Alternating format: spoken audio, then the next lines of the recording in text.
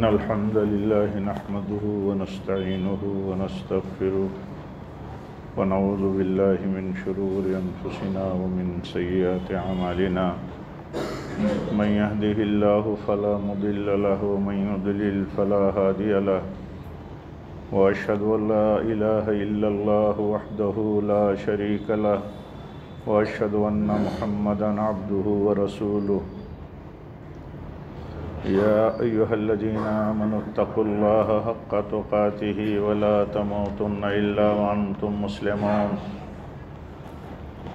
يا أيها الناس اتقوا ربكم الذي خلقكم من نفس واحدة وخلق منها زوجها وبث منهما رجالا كثيرا ونساء واتقوا الله الذي تساءلون به والأرحام إن الله كان عليكم رقيبا يا أيها الذين آمنوا اتقوا الله وقولوا قولا سديدا يصلح لكم أعمالكم ويغفر لكم ذنوبكم ومن يطع الله ورسوله فقد فاز فوزا عظيما أما بعد فإن خير الحديث كتاب الله وخير الهدي هدي محمد صلى الله عليه وسلم وشر الأمور محدثاتها وكل محدثة بدعة وكل بدعة ضلالة وكل ضلالة في النار أعوذ بالله من الشيطان الرجيم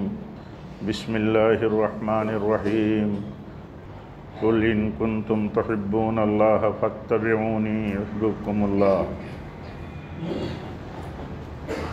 معزز حاضرین جمعہ، دینی بھائیوں، اسلامی ماں اور بہنوں، اللہ تعالیٰ نے جو دین ہمیں دیا ہے،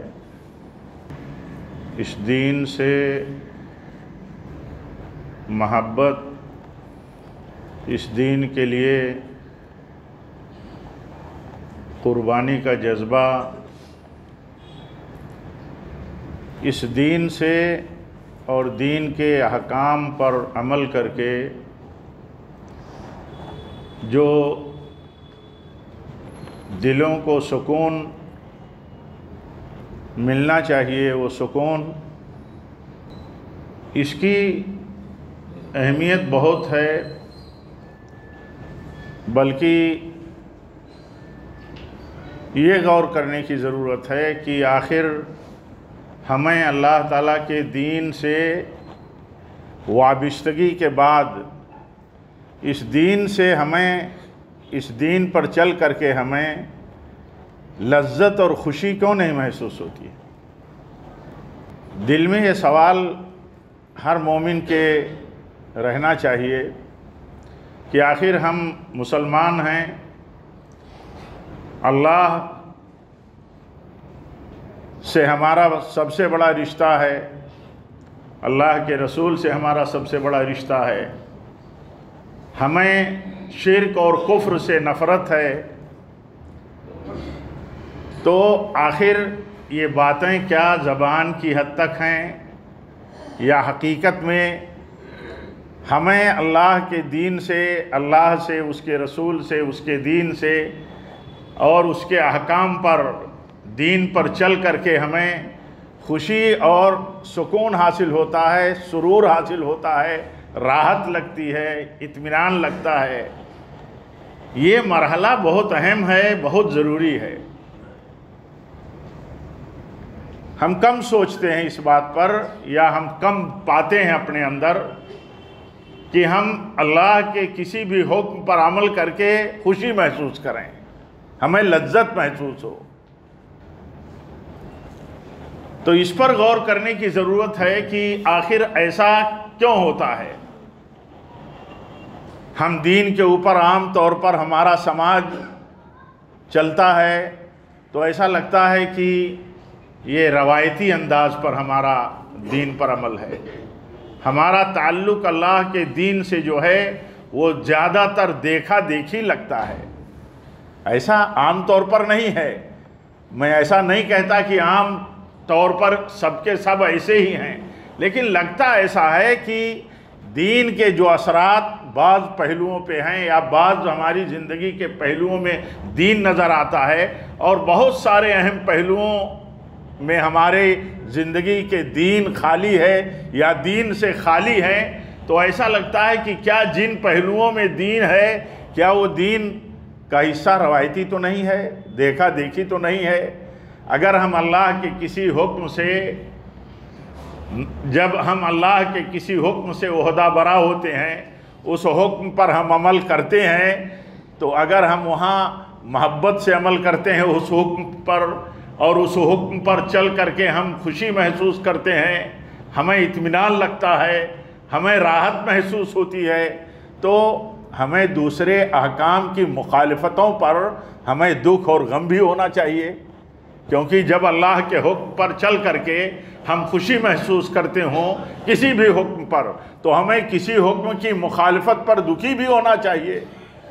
تو یہ چیز غور کرنے کی ہے کہ عام طور پر ہم میں ہر آدمی غور کرے، اپنے اندر غور کرے، اپنے بات باہر غور کرے، اپنے سماج پر غور کرے کہ آخر یہ صورتحال کیوں ہے، ہمیں کیوں نہیں لذت لگتی ہے، ہمیں ہر آدمی دیکھے کہ ہمیں کیوں نہیں لذت ملتی ہے۔ نماز ہم پڑھتے ہیں تو ہمیں لذت ملتی ہے، ہم زکوٰۃ دیتے ہیں اللہ کی راہ میں، اللہ کے مال کا کچھ حصہ اللہ کے حکم پر خرچ کرتے ہیں، تو کیا ہمیں خوشی محسوس ہوتی ہے؟ کیا جب ہم اللہ کے حکم سے داڑھی رکھتے ہیں، اللہ کے حکم سے اپنے کپڑوں کو، اپنے ازار کو ٹخنوں سے اوپر رکھتے ہیں، تو کیا ہم یہ محسوس کرتے ہیں کہ اس میں ہمیں سرور حاصل ہوتا ہے، یہ اللہ اور اس کے رسول کے حکم کی پیروی ہے، ہم فرما برداری ثابت کرتے ہیں؟ ابھی کتنی لمبی فرما برداری اور عظیم فرما برداری کی تاریخ گزری ہے۔ کیا تھا حضرت ابراہیم علیہ السلام کی سیرت کا نمایاں پہلو، جس کے بارے میں اللہ گواہی دیتا ہے کہ جب اللہ تعالیٰ نے ابراہیم سے کہا یہ حکم ہے میرا، اس کی فرما برداری کرو، تب انہوں نے کہا اسلمت لرب العالمین، اے اللہ حکم ہے تیرا تو میں تو فرما بردار ہوں۔ تو یہ چیز کیسے ہوتی ہے، کیسے ہو سکتی ہے؟ ہم میں ہر آدمی اپنے آپ کو زیادہ ہی سمجھدار سمجھتا ہے، اور ہونا چاہیے سمجھدار، لیکن یہ کہ دین کے سلسلے میں ہماری سمجھداری کتنی ہے کہ ہم اللہ کے حکم کی فرما برداری کر کے کتنا سکون اور خوشی محسوس کرتے ہیں، اور مسلمان ہیں تو جہاں جہاں اللہ اور اس کے رسول کے حکم کی اپنی کمزوریوں سے مخالفت ہوتی ہے تو وہاں کتنا ہم دکھی ہوتے ہیں، کتنا غم ہوتا ہے ہمیں۔ ایک پیمانہ بتایا اللہ تعالیٰ، اللہ کے نبی صلی اللہ علیہ وسلم نے، کہ اس سے دیکھو، اس سے طے ہوگا، اس سے ملے گی اصل لذت اور اصل چاشنی۔ اللہ کے نبی فرماتے ہیں ثلاث من کن فیہ وجد بہن حلاوت الایمان۔ اللہ کے نبی صلی اللہ علیہ وسلم فرماتے ہیں 3 چیزیں جن کے اندر ہوں گی، 3 باتیں، 3 خوبیاں، تو ان 3 باتوں کی وجہ سے لذت ملے گی، ایمان کی لذت ملے گی۔ مومن جب ایمان سے لذت حاصل کرنے لگے، لذت پانے لگے، اور ایمان اس کے دل میں سب سے محبوب ہو اور کفر سے نفرت ہو، تو آپ بتائیے کفر کے قریب وہ کیسے جائے گا؟ کبھی نہیں جائے گا۔ کوئی مرد، کوئی عورت، کوئی جوان، ہمارا بیٹا، بھائی یا بہن، بیٹی کبھی نہیں کفر کے قریب جائیں گی۔ کیوں؟ اس لیے کہ انہیں ایمان سے محبت ہے، ایمان سے انہیں لذت ملتی ہے۔ تو لذت ہم کتنی پاتے ہیں، محسوس کرتے ہیں، کتنا سرور اور کتنا ہمارے دل میں فرحت ہوتی ہے اللہ کے دین سے، ایمان سے، وہ دیکھنے کی ضرورت ہے۔ اور وہ چیز اللہ کے نبی صلی اللہ علیہ وسلم فرماتے ہیں 3 باتیں جہاں ہوں گی وہاں ایمان کی لذت ملے گی۔ کبھی اس لیے اس کی ضرورت ہے سمجھنے کی، اور دین نے ہمیں بتایا ہے، تو کتنی اہم بات ہوگی کہ کبھی ہم یہ سوچیں کہ دین سے محبت اور لگاؤ اور قربانی ہمارے لیے آسان کیوں نہیں ہوتی؟ کیوں ہمارے لیے دین کے چھوٹے چھوٹے مسئلے بہت بڑے بن جاتے ہیں، کہ ان چھوٹے چھوٹے مسئلوں پر عمل کرنا ہمارے لیے بہت بھاری ہو جاتا ہے؟ جبکہ ہونا یہ چاہیے کہ دین کا چھوٹا مسئلہ ہو بڑا مسئلہ ہو، حسب حیثیت، حسب ترتیب، حسب حکم ہمارے لیے اہم ہو، اور ہم اس پر عمل کر کے یہ سمجھیں کہ ہمیں بڑا سکون ملا اور ہمیں اللہ تعالیٰ کے حکم کی فرمانبرداری کر کے بڑی راحت محسوس ہوئی۔ میں تو یہی سمجھتا ہوں، ہمارا سماج، آپ سب بھی یہی سمجھتے ہوں گے کہ ایسا لگتا ہے کہ جیسے دین جو ہے، اللہ کا دین ہمارے بیچ میں اجنبی ہوتا جا رہا ہے۔ اجنبی دین سے ہم بحیثیت دین نہیں محبت کرتے۔ اللہ کے نبی فرماتے ہیں کہ ایمان کی لذت ملے گی کب؟ جب 3 چیزیں تمہارے یہاں ہوں گی۔ آپ نے فرمایا ان یکون اللہ ورسولہ احب الیہ مما سواہما، ایک مومن کے نزدیک، ایک مسلمان کے یہاں سب سے زیادہ محبوب اللہ اور اس کے رسول ہوں۔ سب سے، اللہ اور اس کے رسول کے سوا دنیا میں جو بھی ہیں، سب سے زیادہ اللہ اور اس کے رسول اس کو محبوب ہوں۔ اب جب اللہ اور اس کے رسول سب سے زیادہ محبوب ہوں گے ہمارے اور آپ کے ہاں، ہر چیز سے، ہمارے ماں باپ سے زیادہ، ہماری اولاد سے زیادہ، ہمارے بھائیوں سے زیادہ، ہمارے بیوی اور شوہروں سے زیادہ، اور اسی طرح عورتوں کے ہاں ان کے شوہروں سے زیادہ، اور اسی طرح ہمارا خاندان ہے، اسی طرح ہمارا کمایا ہوا مال ہے، ہماری تجارت ہے، اور ہمارے اپنے پسندیدہ گھر ہیں۔ ان ساری چیزوں سے اللہ اور اس کے رسول اور اللہ کی راہ میں جہاد اور قربانی اگر یہ زیادہ محبوب نہ ہو تو ہمارے لیے خطرہ ہے۔ کہا خطرہ ہے، پھر تمہیں اللہ کے عذاب سے ڈرنا چاہیے۔ جن کے ہاں یہ صورتحال ہو کہ ان کے نزدیک اللہ اور اس کے رسول سے زیادہ ان کے ماں باپ محبوب ہوں، ان کے بیٹے بیٹیاں، ان کی اولاد محبوب ہو، اور ان کے بھائی محبوب ہوں، ان کی بیویاں محبوب ہوں، اور ان کا کنبہ قبیلہ محبوب ہو، ان کا مال محبوب ہو، ان کی تجارت محبوب ہو، اور اسی طرح ان کے اپنے گھر محبوب ہوں اللہ اور اس کے رسول سے زیادہ،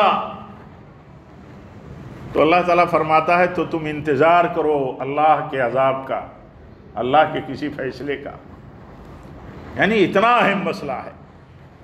اور جب اللہ اور اس کے رسول زیادہ محبوب ہو جائیں، دنیا کی ہر چیز سے زیادہ محبوب، تو مومن اس وقت اللہ کی راہ میں، اللہ کے لیے، اللہ کے دین کے لیے کچھ بھی کرنا اس کے لیے آسان ہو جاتا ہے۔ کچھ بھی کرنا، جس کا حکم ہوگا اس کا کرنا اس کے لیے آسان ہو جائے گا۔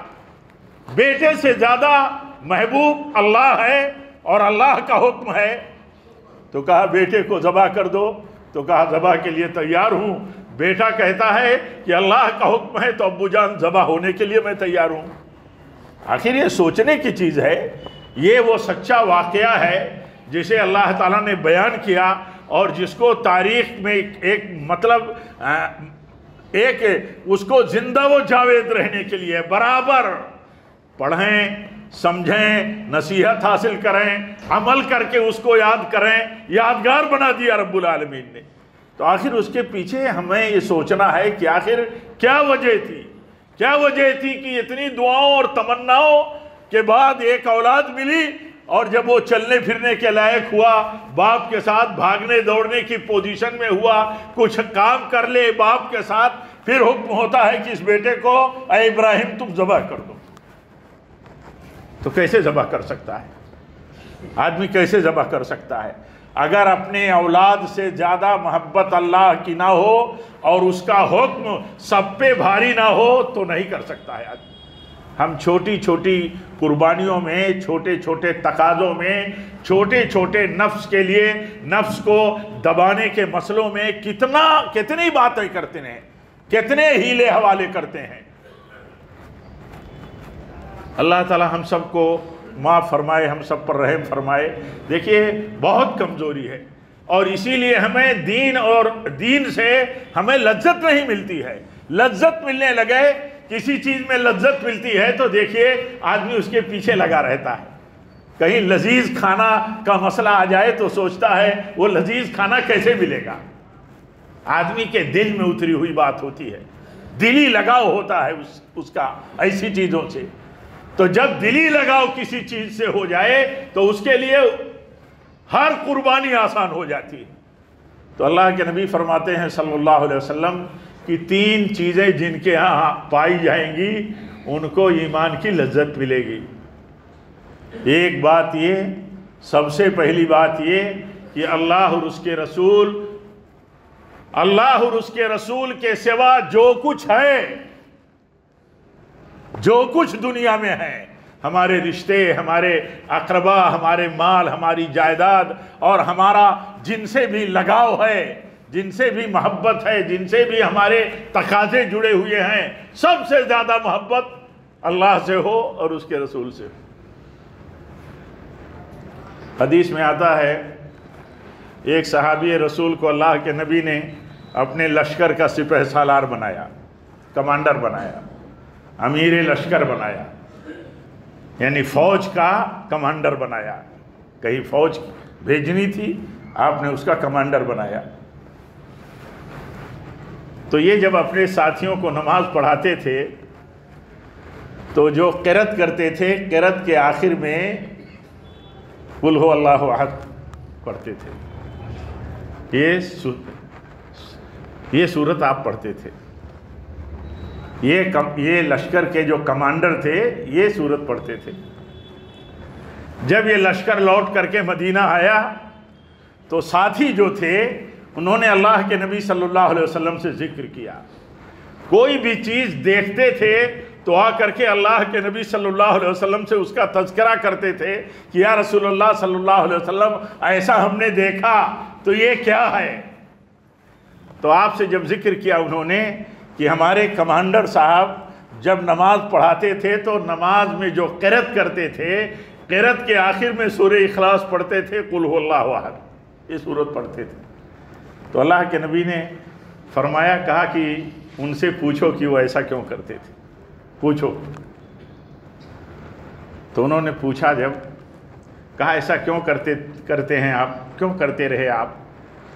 تو کہتے ہیں اس لیے کہ اس میں اللہ کی صفات بیان ہوئی ہے. اس صورت میں اللہ کے صفات بیان ہوئے ہیں. ہم تو صورت پڑھ لیتے ہیں تو پڑھنے والا بھی عام طور پر نہیں جانتا، سننے والے تو اور عام طور پر نہیں جانتے کہ کیا ہے سورہ اخلاص، کیا ہے قل هو اللہ احد اللہ الصمد لم یلد ولم یولد ولم یکن لہ کفوا احد. کیا ہے؟ پڑھ لیے، گزر گئے.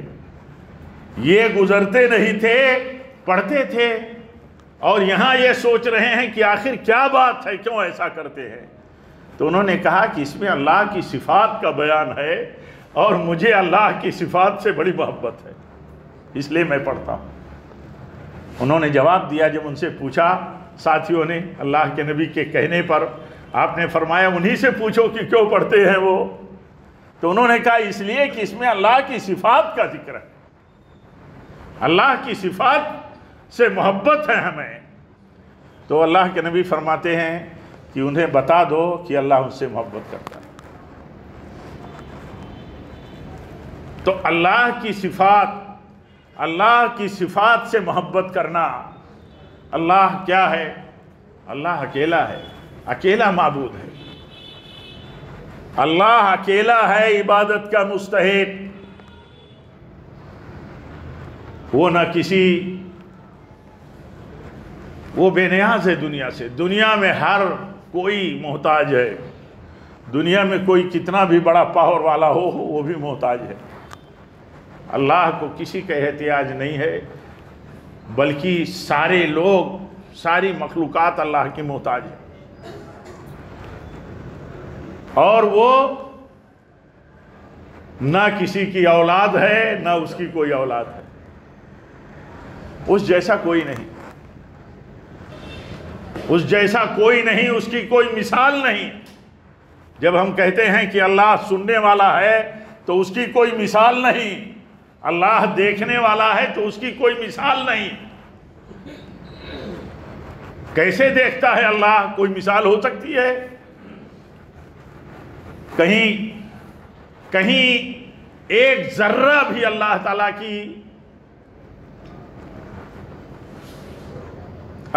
کے علم سے اور اللہ تعالیٰ کے دیکھنے سے کوئی ذرہ بھی باہر نہیں ہے. سنتا کیسا ہے؟ ایک چونٹی کہیں پتھر پر چلتی ہے اور وہ عرش پر ہے تو اس کے چال کی جو آہٹ ہے اس کو بھی سنتا ہے. کوئی مثال کیسے بیان کی جا سکتی ہے اللہ کی؟ کوئی مثال نہیں ہے. لیس کمثلہ شیء، لیس کمثلہ شیء، اللہ جیسی کوئی چیز نہیں، کوئی مثال نہیں اللہ کی. تو اللہ اکیلا معبود برحق ہے، اور اللہ سے محبت سب سے زیادہ، اللہ سے محبت سب سے زیادہ یہ جب ہوگی کسی مومن کے ہاں تو اس کو لذت ملے گی.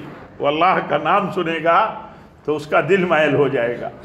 اللہ کے نام پر آدمی کبھی سوال کر لیتا ہے تو یہ اس کے سامنے مسئلہ کھڑا ہو جاتا ہے کہ اللہ کے نام پر مانگا ہے، اللہ کے نام پر مانگا ہے. تو اتنی لگاؤ ہوتی ہے. کہا جاتا ہے کہ کچھ لوگ ہوتے ہیں جب بولتے ہیں اللہ تو دل مائل ہو جاتا ہے، دل لپک جاتا ہے اس کی طرف. کیونکہ دنیا میں ہم جس کو پسند کرتے ہیں اس کا نام آ جائے تو دیکھیے، اس کا ذکر آ جائے تو دیکھیے کیسا دل مائل ہوتا ہے، کیسا ذہن جاتا ہے. اور جو سب سے محبوب ہو اور جو سب سے محبوب ہونا چاہیے ایک مومن کے ہاں، اس کا ذکر آ جائے تو اسی لیے کہتے ہیں مجھے اللہ کی صفات کی صورت سے اتنی محبت ہے. تو کیوں محبت ہے؟ اس میں اللہ تعالیٰ کی صفات کا بیان ہے. ایک مومن اللہ تعالیٰ کی صفات کا ذکر کرتا ہے. حدیث میں آتا ہے کہ اللہ کے 99 نام ہیں، ان کو جو یاد کرے، ان کو جو پڑھے اس کے لیے جنت ہے، اس کے لیے جنت ہے. کیوں؟ اس میں اللہ تعالیٰ کے ناموں کو جب پڑھتا ہے اور اللہ کے کمال کو جب دیکھتا ہے، بندہ سمجھتا ہے ہاں، تو اس کا ایمان اور اس کا رشتہ اللہ تعالیٰ سے مضبوط ہوتا ہے. اسی لیے دیکھیے اللہ تعالیٰ نے بیان کیا، کہا کہ یہ جو غیر ہیں، کفار ہیں، یہ اللہ سے زیادہ یہ مشرک ہیں، اللہ کو بھی مانتے ہیں، اللہ سے بھی محبت کرتے ہیں، لیکن ان کی محبت جو ہے وہ ان سے جن کو انہوں نے اللہ کے ساتھ ساجیدار بنا لیا ہے. اللہ اولاد دیتا ہے تو یہ قبر والے بھی اولاد دیتے ہیں، جن کو اولیاء کہتے ہیں، اولیاء بنا کے رکھے ہیں. تو صورتحال یہ ہوتی ہے کہ جتنی محبت اللہ سے نہیں، اس سے زیادہ محبت ان سے ہوتی ہے. اسی لیے آپ دیکھیں گے کہ یہ دنیا میں گڑھے ہوئے مطلب مفروضے کے حساب سے کہ یہی سب سے بڑے ولی ہیں ساری دنیا میں، اپنے ملک میں، تو اس کے خلاف ایک جملہ برداشت نہیں کر سکتے. وہ کوئی ان کے خلاف، اللہ والے کے خلاف یا کسی کے خلاف کوئی بھی برا جملہ یہ دین میں پسند نہیں ہے. لیکن عرض کرنے کا مطلب یہ ہے کہ اللہ کے خلاف کوئی ایک جملہ بول دے، وہ ان کو قبول ہو سکتا ہے، یا وہ ان کو اتنا دکھی نہیں کرے گا جتنا دکھی کسی ولی کے بارے میں جس کو لوگوں نے ٹھہرا رکھا ہے، کسی کو خواجہ بنا رکھا ہے. تو ان کو اگر کوئی بول دے تو اس سے زیادہ صورتحال انقلابی اور خوفناک بن جائے گی. تو اللہ تعالیٰ فرماتا ہے کہ ایسے لوگ جو ہیں وہ اللہ کے سوا جن کو انداد بنا کے رکھے ہیں ان سے زیادہ محبت کرتے ہیں. لیکن والذین آمنوا اشد حبا للہ، اللہ تعالیٰ فرماتا ہے کہ جو لوگ سچے مومن ہیں، جو سچے مومن ہیں وہ سب سے زیادہ اللہ سے محبت کرتے ہیں. تو سب سے زیادہ اللہ سے محبت ہو گئی. اللہ کا جب حکم ہو گیا تو اس پر عمل درآمد، یہ تو نشانی ہے، یہی تو نشانی ہے۔ اسی لیے اللہ تعالیٰ نے کہا یہ وفادار ہے میرا، ابراہیم کو کہا یہ میرا وفادار بندہ ہے، اور کہا کہ ابراہیم کی وفاداری یہ ہے کہ جس چیز کا مطالبہ کیا گیا وہ چیز اس نے کر دکھایا۔ تو سوال یہ ہے کہ کیوں وہ کرنا آسان ہو گیا، کیوں محبت سے کیا، کیوں خوشی سے کیا؟ شیطان آ کر کے روڑا بنتا رہا۔ یہ جو کنکری حاجی ہمارے مار کر کے ابھی حج الحمدللہ مکمل ہوا پورے امن و شانتی کے ساتھ، کچھ حالات اور حادثات یہ تو ہوتے رہتے ہیں، اور اللہ تعالیٰ حفاظت فرمائے جن کے ساتھ بھی حالات ہوئے، اللہ تعالیٰ ان کی بخشش فرمائے، اور جن اہل خانہ کے کوئی ممبر گئے اللہ تعالیٰ ان کو صبر دے، اور یہ سمجھے کہ حج کے حالات میں جو لوگ چلے گئے وہ لوگ قیامت کے دن تک لبیک پکارتے ہوئے اٹھیں گے۔ تو یہ کہہ رہا تھا کہ دیکھیے شیطان کیسا آڑے آیا۔ یہ جو پہلے جمرہ کو کنکری ماری جاتی ہے، حدیث میں آتا ہے کہ وہاں آ کر کے شیطان کھڑا ہوا، روکنا چاہا، لالچ دلانا چاہا کہ کسی طرح ابراہیم وہ جو بیٹے کو لے کر کے قربانی دینے جا رہے ہیں، ذبح کرنے جا رہے ہیں، یہ تو نہ ہو، لیکن ٹھکرا دیا، دھتکار دیا۔ ایک مومن جب دیکھتا ہے کہ اللہ کا کوئی حکم ہے اور اس حکم پر عمل درآمد کے بیچ میں کوئی رکاوٹ پیدا ہوتی ہے، کہیں دل کے جذبات خواہشات جاگتے ہیں، کہیں مصلحتیں اس کے سامنے آنے لگتی ہیں، تو فوراً کیا سمجھتا ہے یہ شیطان ہے، یہ ہمارا نفس ہے، اللہ اور اس کے رسول کے حکم اور سنت پر عمل کرنے میں یہ روڑا بن رہا ہے۔ اور اللہ اور اس کے رسول کی محبت کا تقاضا یہ ہے کہ ہم اللہ اور اس کے رسول کے حکم پر اگر ان سے محبت کرتے ہیں تو عمل کریں۔ اسی لیے کہا گیا کہ محبت کی تو پرکھ ہوتی ہے، اللہ سے محبت کی پرکھ، رسول سے محبت کی پرکھ تو یہ ہوتی ہے کہ اللہ اور اس کے رسول، اللہ کے حکم اور رسول کی سنت پر عمل کر کے آدمی بتائے۔ باتوں سے یہ بات طے نہیں ہوتی، کہنے سے یہ طے نہیں ہوتا کہ ہم محبت کرتے ہیں اللہ اور اس کے رسول سے۔ طے اس سے ہوتا ہے کہ آدمی رسول کی سنتوں کا پیروکار کتنا ہے۔ تو میرے بھائیوں، یہ جو صورتحال ہے عام طور پر، یا ہم جو محسوس کرتے ہیں کہ ہم دین کا کوئی بھی عمل اور کوئی بھی سنت، کوئی بھی رسول کا اسوہ جب ہم اپناتے ہیں اور عمل کرتے ہیں تو ہمارے لیے اس میں لذت کیوں نہیں ملتی، ہمارے لیے سکون کیوں نہیں ملتا، ہمیں اطمینان اور یقین کیوں نہیں حاصل ہے؟ یقین حاصل ہونا چاہیے۔ جب اللہ سے محبت کرتا ہے بندہ اس یقین کے ساتھ کہ اللہ ہمارا ولی ہے، اللہ ہمارا مددگار ہے، اللہ ہمارے لیے ساری دنیا کے مقابل میں اکیلے کافی ہے،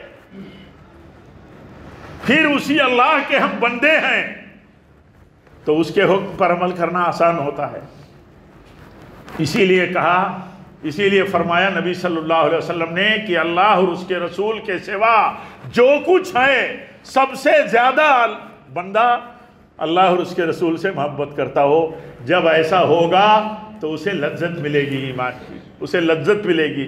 وہ جب قربانی دے دے گا، بعض صحابہ کو سولی پر لٹکا دیا گیا اور سولی پر لٹکانے کے بعد پھندا کھینچا نہیں گیا، تو اس بیچ میں ان سے کہا گیا اب تو یہ چاہتے ہوگے کہ تمہیں سولی پر سے اتار لیا جائے اور تم دین چھوڑ دو، یا تم سوچتے ہوگے کہ یہ اللہ کے نبی صلی اللہ علیہ وسلم پر ایمان لائے تو اس سے چھٹکارا ملنے کی یہ صورت ہو سکتی ہے، میری جگہ پر کوئی اور ہوتا یہ سوچو گے۔ تو انہوں نے کہا کہ یہ جان مجھے دے دینا بہت محبوب ہے، یہ جان میری بچ جائے، اس کے بدلے میں اللہ کے نبی صلی اللہ علیہ وسلم کو آپ کے گھر میں کوئی کانٹا چبھ جائے تو مجھے منظور نہیں، تو بھی مجھے منظور نہیں۔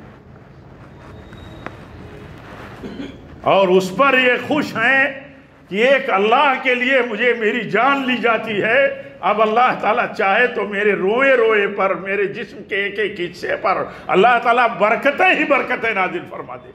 آپ سوچو، جان دیتا ہے آدمی اللہ کے حکم پر یا اللہ کے لیے یا اللہ کے دین کے لیے، تو اس کے دل کے اندر خوشی کتنی ہوتی ہے کہ یہ موقع آیا کہ اللہ کی راہ میں مجھے جان دینے کا، تو جان دینا بھی اس کے لیے بہت آسان ہو جاتا ہے۔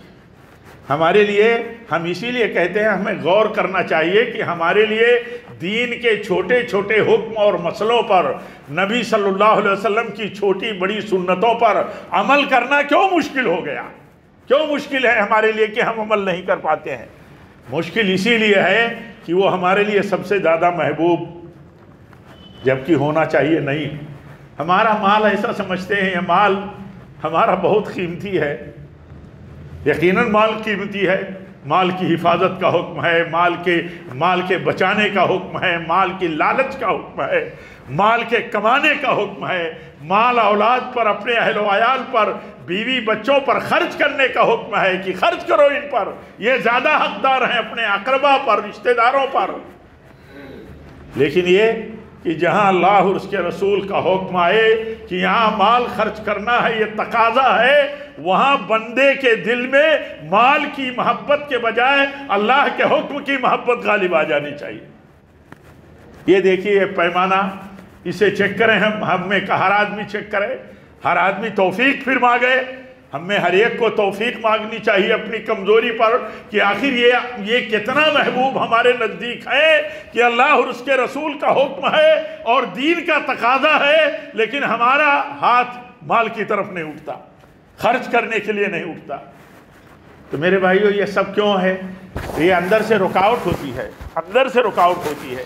یہ اندر کی سے رکاوٹ کیوں ہوتی ہے؟ کیونکہ اندر جو ہے یہ ان کی محبت، مال و اولاد کی محبت زیادہ ہے۔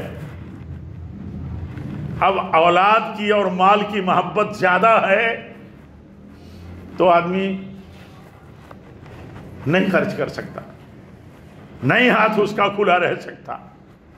اسی لیے پیمانہ بتایا، اور خرچ کرے گا تو کہیں دباؤ میں، کہیں تعلقات میں، کہیں کچھ مصلحتوں میں، لیکن اس کا دل یہ نہیں کہے گا کہ اللہ کا حکم ہے اور دین کی ضرورت ہے تو ہمیں خرچ کرنا چاہیے، اور خرچ کرنے کے بعد وہ خوشی محسوس کرے۔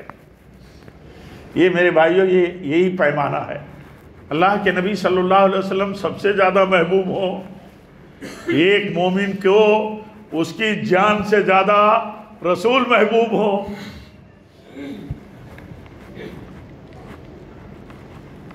یہ پیمانہ اس کا کیا ہے؟ دیکھیے کہ پہلی بات تو یہ کہ رسول کی محبت ہمارے ایمان کا حصہ ہے، اور رسول سے محبت ہماری جان سے زیادہ، ہماری اولاد سے زیادہ، ہمارے والدین سے زیادہ، سب سے زیادہ محبوب۔ جیسے کہ اللہ تعالیٰ نے خود بیان کیا، تو رسول کی محبت سب سے زیادہ۔ ایک دن اللہ کے نبی حضرت عمر کا ہاتھ پکڑے ہوئے تھے رضی اللہ عنہ، تو حضرت عمر، وہ ایک حالت تھی جیسے ہم اپنے کسی بھائی کا، دوست کا، کسی بڑے نے، ہم چھوٹے ہیں تو ہمارا ہاتھ پکڑ لیا، آپس میں بات کر رہے ہیں، تو بات کر رہے تھے، حضرت عمر اس میں کہنے لگے کہ یا رسول اللہ صلی اللہ علیہ وسلم، آپ میرے لیے ساری دنیا سے جو کچھ ہے سب سے زیادہ آپ محبوب ہیں، سب سے زیادہ ہمیں محبت ہے آپ سے، سوائے میری جان کے۔ کیا کہا؟ سوائے میری جان کے ہر چیز سے زیادہ آپ محبوب ہیں۔ تو حضرت عمر فاروق رضی اللہ تعالیٰ عنہ نے اس محبت کا اظہار کیا جو محبت آپ کے دل میں تھی۔ تو اللہ کے نبی صلی اللہ علیہ وسلم فرماتے ہیں، عمر، جب تک میں تمہاری جان سے بھی زیادہ محبوب نہ ہو جاؤں تب تک تمہارا ایمان کامل نہیں ہے۔ تو کہتے ہیں اللہ کے رسول، یہ بات آپ نے بتا دی، آپ میری جان سے بھی زیادہ محبوب۔ ایک مومن کی جان سے بھی زیادہ اس کے رسول محبوب ہیں، ہمارے رسول ہماری جان سے زیادہ محبوب ہیں۔ اب ہم ان سے محبت اپنی جان سے زیادہ کرتے ہوں ان سے محبت اپنی اولاد سے بھی زیادہ کرتے ہو، اپنے مال سے بھی زیادہ کرتے ہو، آپ بتائیے ان کی سنت پر پھر عمل کرنا مشکل کیوں ہے؟ کیوں ہے مشکل؟ کوئی بھی سنت ہو اللہ کے نبی کی، ہمارے لیے وہ مشکل کیوں ہے؟ وہ مشکل یہ ہے، اس لیے ہے کہ اللہ کے نبی سے وہ محبت، جو محبت آپ کے حکم اور سنت کی پیروی سے طے ہوتی ہے اور جو ثابت کرتی ہے کہ ہم واقعی اللہ کے نبی سے سچی محبت کرتے ہیں۔ ایک آدمی جب اللہ کے نبی سے سچی محبت کرتا ہے تو ایک ایک چال، ایک ایک ڈھال، ایک ایک انداز، ایک ایک کیفیت، ایک ایک حکم، ایک ایک ہدایت کی تلاش میں رہتا ہے ہمارے نبی کی سنت کیا ہے، ہمارے نبی کا طریقہ کیا ہے، ایک ایک بات پر۔ اسی لیے کہا جاتا ہے کہ نبی کی سنت چھوڑ کر کے اگر کسی کی سنت اور طریقے کی تقلید کر لیا آدمی اور اس کی روایت پر چلا گیا تو اس کے ایمان کا کیا اعتبار ہے؟ اس کے ایمان کا کوئی اعتبار نہیں ہے۔ اس لیے اعتبار نہیں ہے کہ اس نے کسی اور کے طریقے کو قبول کیا نبی کا طریقہ چھوڑ کر کے، اگر جان کر کے ایسا کرتا ہے تو۔ انجانے میں عام لوگ ایسا نہیں کرتے، عام لوگ بھلے کسی طریقے کی پیروی کرتے ہیں لیکن ان کے پاس علم نہیں، ان کے پاس صحیح یقین نہیں کہ یہ تو سنت کی مخالفت ہو رہی ہے، ورنہ عام مسلمان بھی اللہ کے نبی کی سنت جان کر کے نہیں چھوڑتا، لیکن جو چھوڑتا ہے پھر اسے علم پہنچتا ہے کہ ہمارے نبی کی سنت ہے اور اس کے علاوہ جو ہے نبی کی سنت نہیں ہے، تو پھر اسے آزمائش میں اپنے آپ کو سمجھنا چاہیے کہ میں پڑ گیا، اب میں کیا کروں؟ تو اللہ کے نبی کی سنت، آپ کی ذات سے محبت، آپ کی سنت سے محبت، آپ کی ایک حکم و ہدایت سے محبت، یہ ہمیں دیکھنا چاہیے۔ حدیث میں آتا ہے ایک صحابی رسول ہیں، نبی صلی اللہ علیہ وسلم کے پاس آتے ہیں، پھر گھر جاتے ہیں، پھر آپ کی یاد آتی ہے، پھر آپ کے پاس بھاگ کے آ جاتے ہیں، آپ کو دیکھتے ہیں، بڑا سکون ان کو ہوتا ہے، بڑا سکون۔ ایک دن ذکر کرنے لگے، کہنے لگے کہ یہ تو دنیا میں ہم حیات ہیں، اللہ کے نبی بھی حیات ہیں، موت ہو جائے گی ہم سب کی، جنت اللہ تعالیٰ دے گا، تو آپ نبی صلی اللہ علیہ وسلم تو انبیاء کے بلند مطلب درجے پر ہوں گے اور ہمیں اللہ جنت دے گا، تو ہم اس درجے تک کہاں پہنچ پائیں گے؟ تو یہ جو دیدار سے سکون ملتا ہے اور جب دیکھ نہیں پاتے ہیں تو بے چینی محسوس کرتے ہیں، اس وقت کیا کروں گا، اس وقت کیا ہوگا؟ تو اللہ کے نبی صلی اللہ علیہ وسلم نے فرمایا، یہ محبت جو ہے تمہاری اپنے رسول کے ساتھ، اس محبت کی برکت میں اللہ تعالیٰ ساتھ دے گا، صحبت نصیب فرمائے گا، محروم نہیں کر سکتا۔ اتنی بے چینی ہوتی تھی، اتنی بے چینی۔ ایک دن تکبیر ہو گئی، تکبیر جماعت کھڑی ہونے کے لیے، تو ایک اعرابی تھے، وہ کبھی بھی سوال کر لیے، ادھر تکبیر ہوئی ادھر سوال کر لیا، یا رسول اللہ قیامت کب آئے گی؟ یا رسول اللہ، تو نماز ختم ہوئی، آپ نے فرمایا کون تھا سوال کرنے والا؟ تو آپ نے جواب دیا، بہرکیف پڑھیے حدیث، اللہ کے نبی صلی اللہ علیہ وسلم نے وہاں بھی نصیحت کی، وہاں بھی سمجھایا اور بتایا، کہا کہ نیک لوگوں کی صحبت جو ہے، نیک لوگ جو ہوں گے ان کو صحبت حاصل ہوگی جنت میں، انبیاء کی، صدیقین کی، شہداء کی، اور یہ نیک لوگ بڑے بلند درجے کے ہوں گے۔ اس طرح اللہ کے نبی صلی اللہ علیہ وسلم سے محبت کرنے والے تھے، اور اس طرح ان کو بے چینی بھی رہتی تھی کہ جنت میں داخلے کے بعد کیا ہوگا۔ تو بات عرض کرنے کی یہ تھی کہ اللہ کے نبی فرماتے ہیں 3 چیزیں جہاں ہوں گی وہاں ایمان کی لذت ملے گی۔ ایک چیز جس کا تذکرہ چل رہا تھا کہ اللہ اور اس کے رسول اس کو سب سے زیادہ محبوب ہوں، سب سے زیادہ، دنیا میں جو کچھ ہے سب سے زیادہ اس کے نزدیک اللہ اور اس کے رسول محبوب ہوں۔ اور دوسری چیز اللہ کے نبی فرماتے ہیں، دوسری چیز یہ ہے کہ ایک شخص کسی سے محبت کرتا ہو تو اس کی محبت مطلب کی نہ ہو، اس کی محبت اللہ کے دین کے لیے ہو، اللہ کے لیے ہو۔ دنیا میں تعلقات کے لیے، مفاد کے لیے بھی محبتیں ہوتی ہیں، لیکن اصل محبت ایک مومن جب کسی مومن سے کرے تو اللہ کے لیے کرے۔ اور تیسری چیز یہ کہ اس کو ایمان ملنے کے بعد اس کو کفر میں جانا، ایمان ملنے کے بعد اس کو کافر اور مرتد ہونا، اتنا زیادہ نفرت اس سے ہو کہ جیسے اسے آگ میں ڈالا جانا۔ کسی کو آگ میں ڈالا جانا قبول نہیں ہو سکتا، یہ اتنی نفرت آدمی کو کفر سے ہونی چاہیے۔ لیکن یہ پہلو ہے، اس پر بات کریں گے انشاءاللہ کبھی، کہ کفر سے دیکھیے صورتحال، کفر سے ہمارے مطلب صورتحال عام طور پر کتنے خطرناک ہیں۔ اللہ تعالی ہم سب کو دین کی سمجھ عطا فرمائے، اللہ تعالی ہم سب کے دلوں میں دین سے محبت اور دین سے الفت اللہ تعالی ہمارے دلوں میں پیدا فرمائے۔ رب العالمین ہمارے دلوں کو دین پر ثابت قدم رکھے اور ثابت اور جمائے رکھے، اور ہم ہر مسئلے میں دین سے سب سے زیادہ محبت کرنے والے ہوں۔ اقول قولی ھذا واستغفر اللہ لی ولکم ولسائر المسلمین وآخر دعوانا الحمدللہ۔